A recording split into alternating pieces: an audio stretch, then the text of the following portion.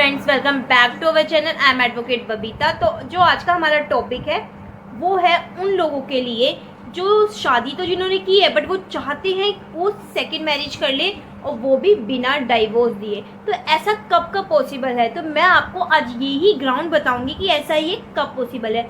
उसको जानने से पहले हम ये जान लेते हैं कि जो एक सेकंड मैरिज होती है वो हमारी आईपीसी में वो क्राइम है या नहीं है। तो आज इस टॉपिक पे हम डिस्कस करते हैं पहले।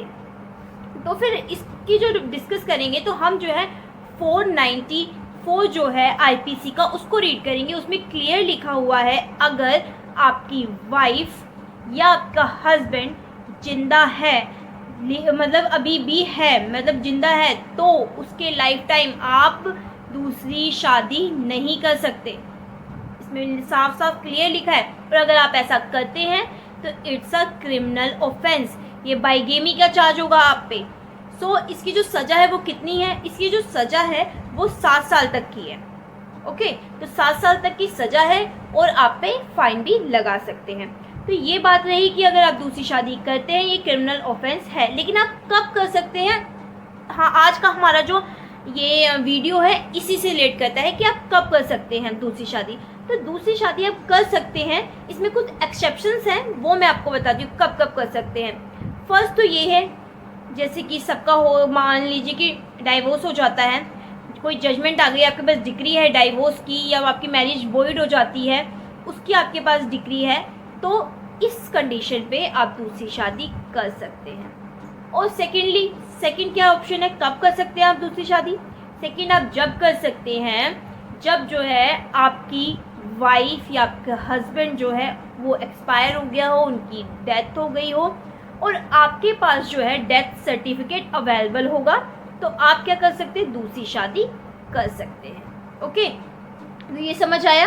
अब इसका तीसरा पॉइंट मैं बताती हूँ कि तीसरा क्या है, कब कर सकते हैं आप जो है दूसरी शादी बिना डाइवोर्स हुए। ओके, तो ये है आप कब कर सकते हैं? आप कर सकते हैं जब आपका हस्बैंड या आपकी वाइफ, मतलब कोई भी पार्टनर, तो 7 सालों से अगर आपके हस्बैंड या वाइफ लापता है, उसका कोई अता पता ही नहीं है, उनके रिलेटिव्स को भी नहीं पता, उनकी फैमिली को भी नहीं पता है कि वो कहाँ है, मतलब किसी की भी नॉलेज में नहीं है कि वो पर्सन एग्जैक्टली है कहाँ, इसका मतलब कि वो गायब है। मतलब हमें कोशिश करनी है ये कि हम हर किसी से पूछ सके, मतलब जो भी नॉन सोर्सेज है, जिस सोर्स से हम पता लगा सकते हैं कि हाँ वो जिंदा है या नहीं है, हमें पहले उस पर कोशिश करनी है कि वो उससे पता चल सके कि वो है या नहीं है। लेकिन अगर इन सब सोर्सेज से भी हमें नहीं पता चलता है कि वो जिंदा है या नहीं है, एग्जैक्टली कहाँ है, तब भी हमारे पास ऑप्शन है कि हम जो है सेकंड मैरिज कर सकते हैं। तो ये जो ग्राउंड है,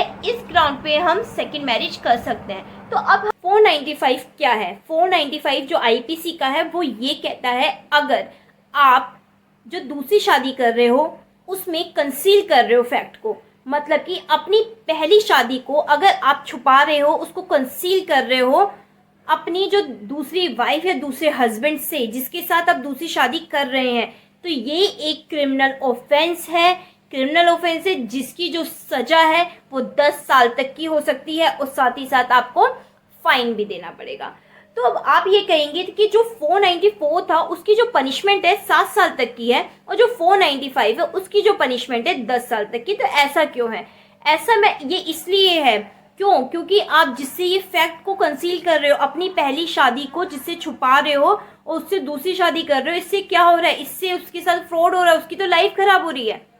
किसी से आप शादी कर रहे हैं, वो भी दूसरी शादी कर रहे हैं, तो ये शादी जो है कानून की नज़र में तो इलीगल है, उसकी तो मान्यता ही नहीं है, अमान्य है वो शादी।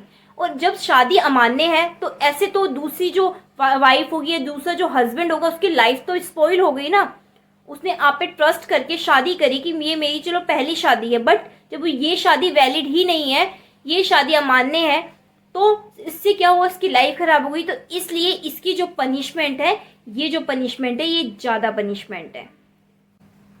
सो फ्रेंड्स, आपको ये समझ आया होगा कि आप कब दूसरी शादी कर सकते हैं बिना डाइवोर्स लिए, और जो डाइवोर्स बिना लिए करेंगे, अगर ये एक्सेप्शन जो है ये नहीं होते हैं और वैसे ही आप शादी कर लेते हैं, तो ये क्रिमिनल ऑफेंस है, उसकी पनिशमेंट भी अच्छी मिलेगी आपको।